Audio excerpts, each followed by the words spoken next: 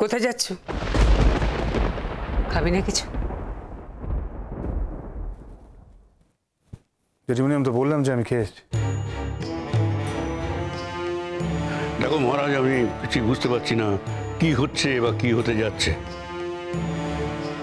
সোজাসুজি পরিষ্কার করে একটা কথা বলো তো আমায়, তোমার উপরে অধিকার আমাদের এখন আছে কি নেই? জেঠিমণি, আমি কি এরকম কোনো আভাস দিয়েছি? তাও নেই, কিন্তু যেভাবে তোমার মার সঙ্গে ঘনিষ্ঠ হচ্ছ তাতে করে। Please জেঠিমণি, please. জেঠিমণি, বারবার এক কথা কেন বলছো? আমি ওই মহিলার সঙ্গে কোনোভাবেই ঘনিষ্ঠ হতে চাচ্ছি না, বা আমি চাইছি না। আমি ওখানে গিয়েছিলাম, আমার একটা দরকার ছিল, তাই জন্য। বাবা ওখানে ছিল, আমাকে বারবার করে খেতে বলছিল, আমার খিদে পেয়েছিল, তাই আমি খেয়েছি। এটা যদি আমার অপরাধের হয়ে থাকে, তাহলে তোমরা আমাকে যা শাস্তি দেবে আমি মাথা পেতে নেব। বলো কি করতে হবে? এই তো এইবারই শিক্ষা। সবাইকে সবাইকে চুপ করে থাকতে হবে, একটা কথা বলা যাবে না। কিন্তু কি করব বলো তো, মুখে তো বুলি ফুটেই যায়, তাই কথা বলে ফেলি। দেখছো না, মা বাবার কাছ থেকে খেয়ে এসেছে বলে শঙ্খকে কত প্রেসারাইজড করা হচ্ছে। তুমি থামবে? বাড়াবাড়ি হচ্ছে, কিন্তু দিন দিন বাড়াবাড়িটা বাড়ছে। এইভাবে চলতে থাকলে এই বাড়ির ভাত কিন্তু খুব বেশি দিন পেটে পড়বে না। হ্যাঁ ছোটকা, বারবার এইভাবে খাবার কোটা দিও না, বিশেষ করে আমাদের সামনে, তোমার মেয়েদের সামনে। ছোটকা, তোমার তো খোঁটা দিতে ভালো লাগে, কিন্তু আমাদের শুনতে মোটেই ভালো লাগে না। তাছাড়া বিয়ে যখন করে এনেছো, তখন খাওয়া এবং পড়া দুটোই দেওয়া তোমার ডিউটি। তুমি তো বেশি কিছু করছো না। এই অশান্তি তো লেগেই থাকে শঙ্খ, তুমি এসব ছেড়ে দাও, এর মধ্যে তুমি ঢুকো না। না না জেঠিমণি, আমার সামনে যদি এসব হয় আমি না ঢুকে পারবো না। বললাম তো, ছোট আজকাল খুব কথা বলছে, খুব। ও ও কোন শিক্ষা থেকে, ও ও কাকে আঙুল দেখালো? যে লোকটা সারাটা জীবন সংসারটাকে আগলে ধরে রেখেছে, এই মানুষটার স্যাক্রিফাইস, এই মানুষটার সবার সঙ্গে থাকার ইচ্ছে, ওর ইচ্ছেতেই কিন্তু আজ আমরা সবাই একসাথে আছি। আজকের দিনে কে কার খোঁজ রাখে তুমি বলো তো? কেউ কারোর খোঁজ রাখে না। এই তো যখন অদিতি রায়চৌধুরী চলে গিয়েছিল, তখন তখন তোমাকে কে আগলে রেখেছিল শঙ্খ? কে? ঠাকুরপো তো চেয়েছিল তোমাকে হস্টেলে দিয়ে দিতে, কিন্তু আমরা দুজনে তো প্রাণে ধরে তোমাকে হস্টেলে দিতে পারিনি। পেরেছি বলো? জেঠিমণি, আমি তোমাদের কাছে অত্যন্ত কৃতজ্ঞ, কিন্তু এই কথাগুলো আমাকে আর কতদিন শুনতে হবে আমাকে একটু বলবে? ছি ছি ছি ছি ছি ছি মহারাজ, তোমার কাছে কৃতজ্ঞ হব বলে আমি কি এই কাজটা করেছিলাম মহারাজ? তা নয়, ভালোবেসে করেছিলাম। অন্যের সন্তান নয়, নিজের সন্তান ভেবে, আমার সন্তান ভেবে। তাই তোমার উপরে দায়িত্ববোধটা আমরা তো কখনো এড়াতে পারি না। দেখো, শেষটা তো জয়েন করেছে, যা ভুল বোঝাবুঝি ছিল সেসব মিটে গেছে। আর তখন সব থেকে বেশি রিয়াক্ট করেছিলাম আমি, আমার সঙ্গে মিটে গেছে। তাই বলছিলাম যে ও তো চাকরি টাকরি পেয়েছে, এখন ভালোই আছে। আর আমার মনে হয় শেষটার আচার আচরণ দেখে মনে হচ্ছে ওই আমাদের বাড়িতে যোগ্য বউ।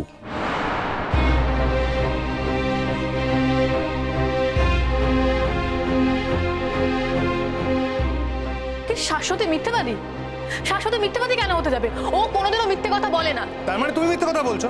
বলছি স্যার, আমার কার সঙ্গে কি সম্পর্ক আছে না আছে তা নিয়ে যখন আপনি এত চেঁচাতে পারেন, আমার টিচার হয়ে আমিও কিন্তু আপনাকে অসভ্যও বলতে পারি। তাছাড়া এটা তো আপনার এখতিয়ার নয় স্যার। আপনি কেন মাথা ঘামাতে যাচ্ছেন? আমরা কি আপনার গার্লফ্রেন্ড নিয়ে মাথা ঘামিয়েছি? শ্রেষ্ঠা ম্যামের সঙ্গে আপনার কি সম্পর্ক? আমরা কি সেটা ঢেরা পিটিয়ে সবাইকে বলে বেরিয়েছি? আর দুদিন পরে তো আপনাদের বিয়েও হবে, সেটা নিয়েও কি আমরা কেউ মাথা ঘামিয়েছি স্যার? আপনিও তো এই কথাটা এড়িয়ে যেতে চাইছেন। তাই বলে কি আমরা কেউ মিথ্যেবাদী বলেছি? বলেনি তো? তাহলে কি? তাহলে আপনিও আমার ব্যাপারে কোনো কথা বলবেন না।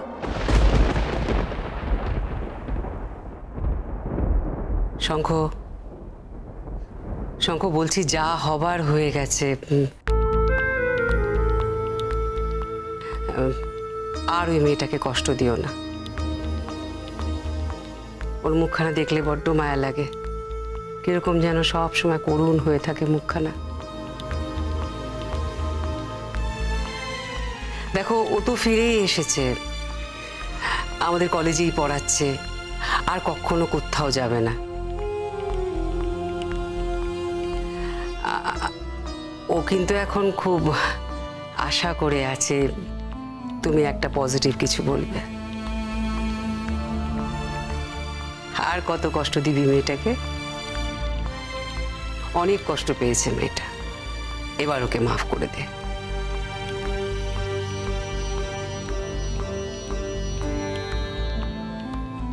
কি বলতে চাইছো তোমরা? বললাম যে মেয়েটাকে এবার বিয়ে কর,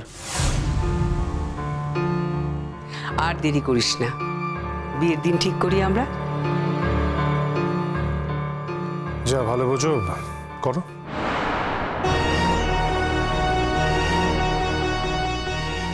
তোমার এই যা ভালো বোঝো করো মানেটা কিছুতেই বুঝতে পারলাম না। কেন জেঠুমনি? আমি তো বললাম তোমরা যা ভালো বোঝো সেটা করো।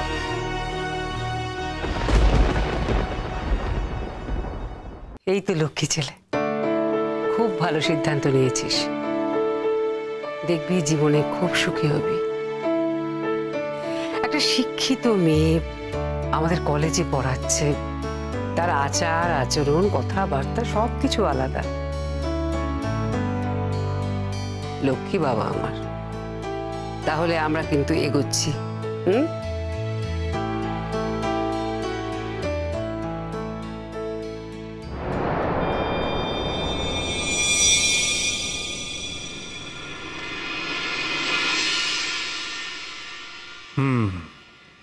তুমি আমাকে সন্দেহ করো তো? করো, সন্দেহ করো আমাকে। তোমার ধারণা আমি শ্রেষ্ঠাকে ভালোবাসি, তোমার ধারণা আমি শ্রেষ্ঠাকে বিয়ে করব, তোমার ধারণা শ্রেষ্ঠা আমার গার্লফ্রেন্ড। অথচ তুমি নিজে এসিপির সঙ্গে বিয়ের দিন পর্যন্ত ঠিক করে বসে আছো। জানি তো, আমি জানি যে পরীক্ষাটা হয়ে গেলেই তুমি বিয়েটা করবে।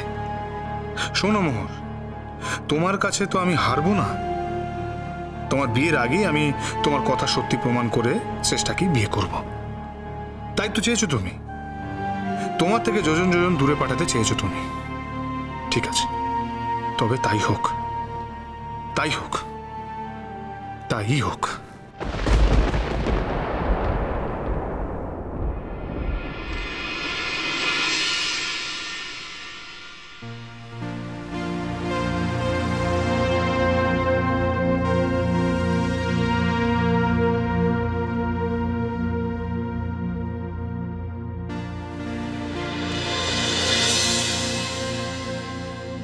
Good morning sir. Good morning sir. Good morning everyone.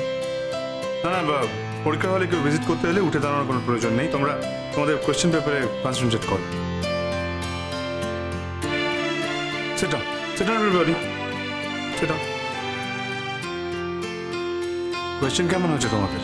ঠিক আছে স্যার। প্রশ্ন ভালো হয়েছে তো? স্যার স্যার এবারে কোয়েশ্চেনটা স্যার ডিফিকাল্ট এসছে।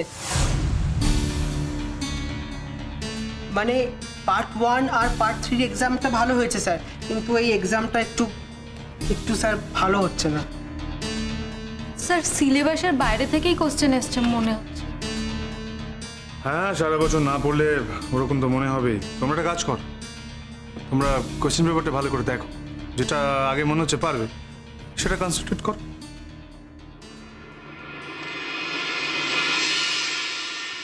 কিরকম হয়েছে প্রশ্ন?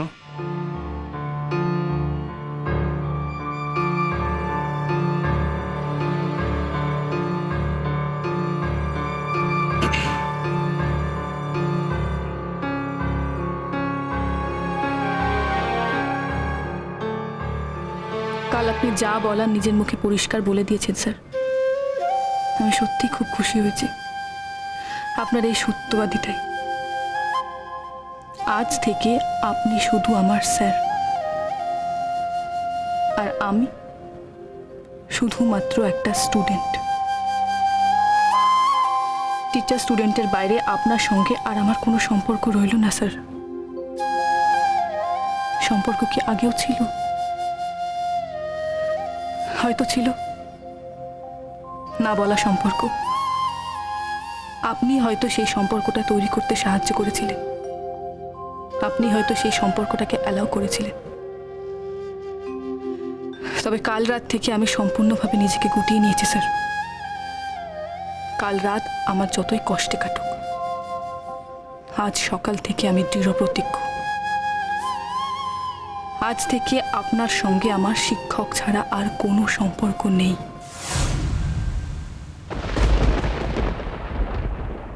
তুমি কি তোমার ক্লাস মিস করে এখানে এলে নাকি? এক্সকিউজ মি স্যার, হ্যাঁ, আপনারা অন্য জায়গায় গিয়ে কথা বলবেন, আমার কনসেন্ট্রেট করতে অসুবিধা হচ্ছে।